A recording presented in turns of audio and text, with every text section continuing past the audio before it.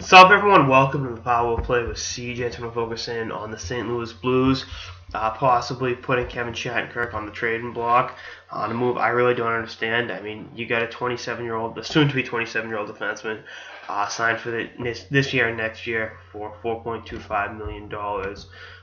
And he's a very, very good offensive defenseman. Really fits in well with what that team does.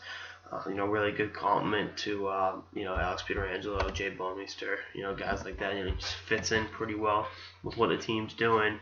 And, again, I really don't see why, this is the route they're going. But, I mean, no harm, no foul, engaging interest out there.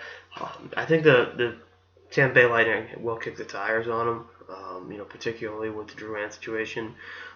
I know Steve Eisman likes Robbie Fabry as well, so there could be a deal to be made somewhere with the St. Louis Blues, with regards to acquiring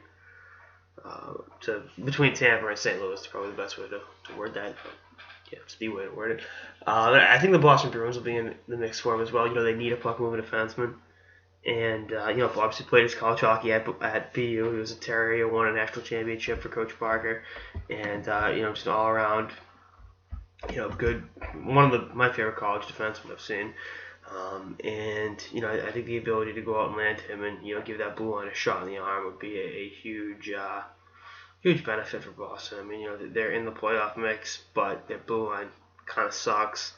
So, being able to go out and make that deal, I think would be a wise decision. But, we'll see how it shakes up.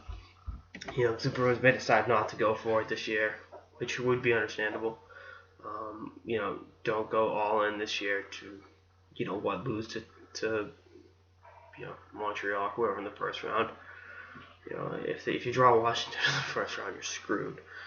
So, I think that would be something they look at, but I see Shattenkirk being a good fit with the other team. I mean, it could help pretty much any team in the NHL. I mean, let's not pretend that's not the situation. But at the same time, I think Tampa and Boston would be the two best fits for him, and I think St. Louis would like to move him out of the Western Conference and go from there. But I think you would you'd be crazy not to inquire about him if you're a team.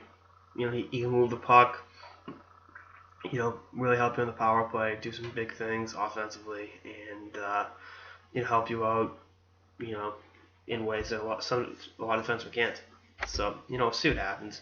I think if I was St. Louis, I wouldn't be moving him, but if you want to shake things up, he's, pretty decent asset to have. So, we'll see how it all shakes up. Anyway, that's all I got this episode of the Power Play with CJ. Stay tuned for episodes for the season and beyond. Later, guys.